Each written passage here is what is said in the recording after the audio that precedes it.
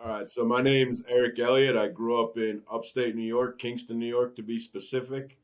And currently I work as a truck manager for Triple S Trucking in Aztec, New Mexico.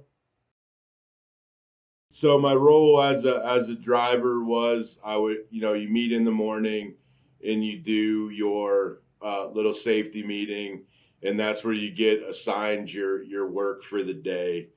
Um, your basic responsibilities for your driver, uh, first and foremost, is you get assigned a truck, whether that's your daily assigned truck, or in the trucking industry they either use the word hot seat or slip seat, which means you're a relief driver and you don't have your own assigned truck. The uh, your your biggest responsibility is the maintenance of your truck, because your truck that you're driving, that's the vehicle in which you get a paycheck. So that's first and foremost the most important thing uh, when it comes to being a truck driver. And then the second one is, just I touched on it earlier, but is your ability to go with the flow.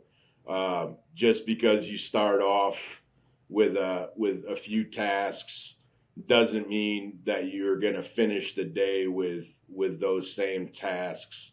There's lots of hiccups that come into play, whether it's because the weather is bad, so now you have to put chains on, or another truck got is broken down and you have to cover their slack while that truck is being fixed. So it's really good to be flexible, and so you can take care of that kind of stuff. And then you're a truck driver, so you're not stuck in the outside, in the inside. You're not in an office.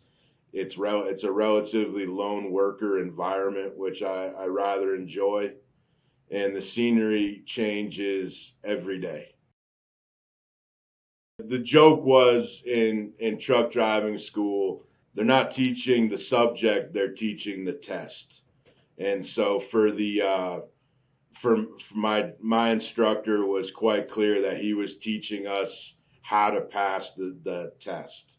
I have a Class A license with all the endorsements except for uh, except for passengers. So I can't drive a school bus, but I can drive anything else. And really, if I wouldn't change a thing. I would get a Class A, which is a tractor trailer, and I would get my doubles and triples and my hazmat and my tanker endorsement. One, because it's one.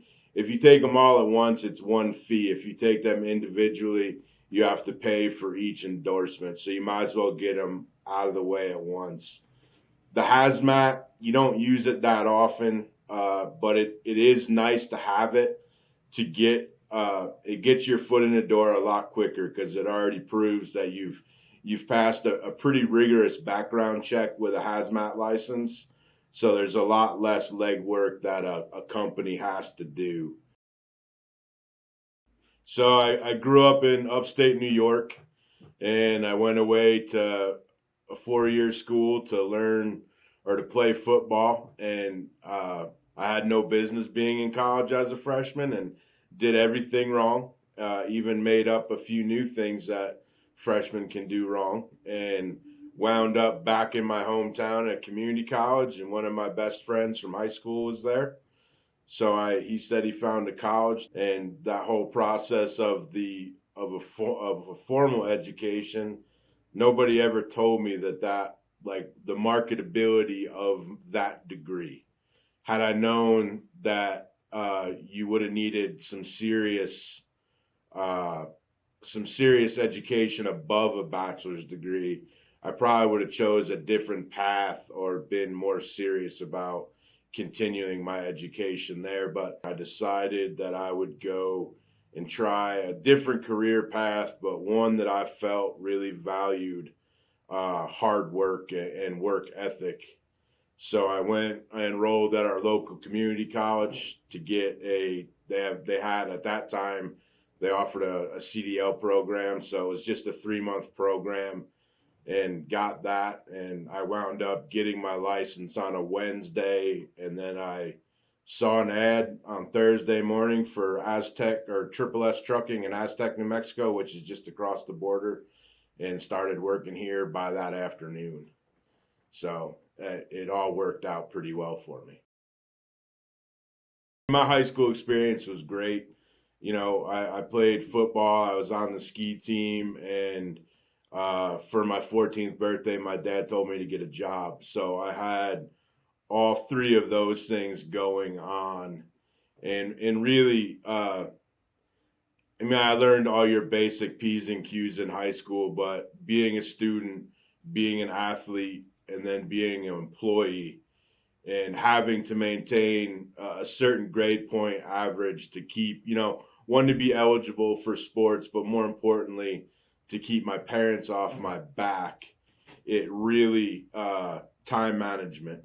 And that was really the best, the most valuable thing I learned from out of high school was your ability to juggle your time to satisfy all your requirements, whether that's work, family, or school.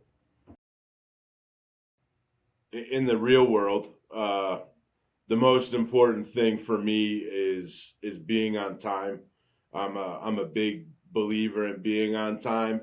When you're late, I mean, to me, it shows me that you think your time is more valuable than my time, and that's a slap in the face to a lot of people. Hopefully, I'm not the only person that thinks that way, and I don't think I am.